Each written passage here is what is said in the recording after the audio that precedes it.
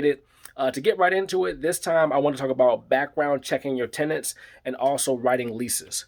So, I've been a landlord for almost 11 years now, and I've usually only dealt with people who were Section 8 tenants. And I've also had tenants from the Catholic Charity system. Catholic Charities has a program like Section 8 where they pay for people to live in your places. So, one of the things that I do, because typically I'm not worried about where a tenant works. So I'm not doing a financial background check because if they're Section 8, the government pays for the majority of their rent, sometimes if not all of it. I can have a tenant where their rent may be 950 and their portion that they pay is $50 a month. So whether they have a job or not, I'm not ultra concerned about it. But one of the things that I do is that before I let somebody sign a lease to move into one of my properties, I go meet them where they currently live. And typically, that's where we sign the lease. So I want to firmly see where you live. And if I don't like the condition, if I could tell you're crazy messy and that, things just seem way too crazy, I'm not going to let you live in my place. Because my theory is if you already live crazy in your current place, 9 times out of 10, you're going to come live crazy in my place too. And so I want to avoid that headache altogether. One of the things to remember as a landlord, especially if you know you have a good property in a good area and you know you'll have multiple people who want to move into that property, you don't have to be anxious to get somebody in there if you don't need to be.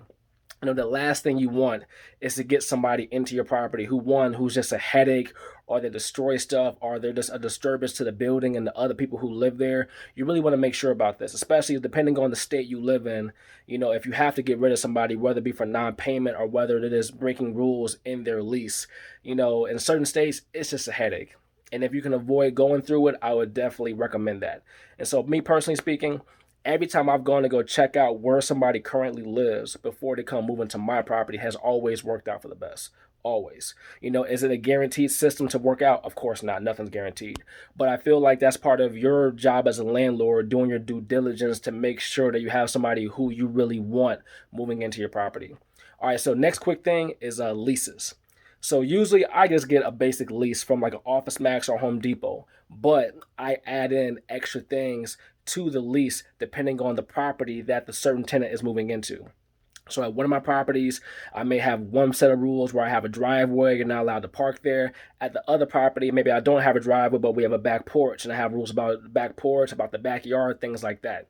And when I do that, I type up an extra sheet and I put in extra parts to the lease and I make them initial their initials on every part that's extra, so they know that they read it and they can't claim that they glossed over it and that they didn't know any better.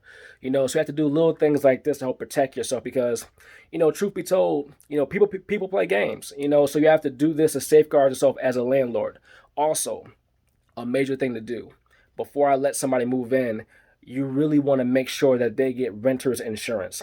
Renter's insurance at most agencies, 10, 15, $20 a month.